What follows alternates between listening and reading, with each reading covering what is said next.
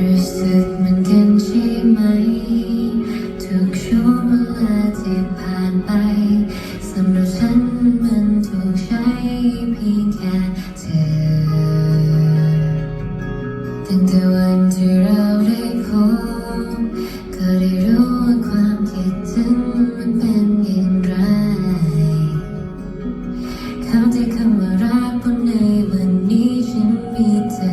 และมันไม่ใช่เรื่องบังเอิญที่ใครจะมาแทนความหมายของคำว่ารักแต่มันต้องเป็นเธอเท่านั้นมากกว่าคำว่าที่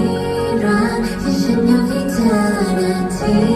รักแค่เราได้เจอเพียงได้สบตาก็รู้ว่าคำนี้ยังเป็นของฉันและเธอเสมอที่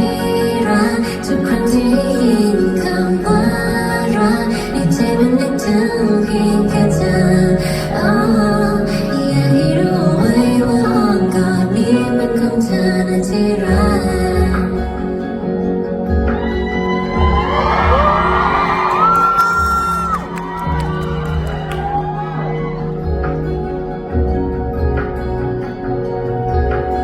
ไม่ได้ที่มองบนฟ้า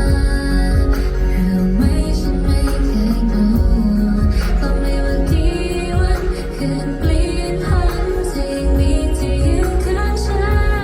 นและมันไม่ใช่เรื่องบังเอิญที่ใครจะมาแทนความหมายของคำว่ารักแต่มันต้องเป็นเธอเท่านั้นมากกว่าคำว่าที่รักที่ฉันอยากให้เธอนะที่รักแค่เราได้เจอเพียงได้สบตาก็รู้ว่าคำนี้ยังเป็นของฉันและเธอเสมอที่รักทุกครั้งที่ได้ยินคำว่ารักในใจมันนึกถึงเพียงแค่เธอ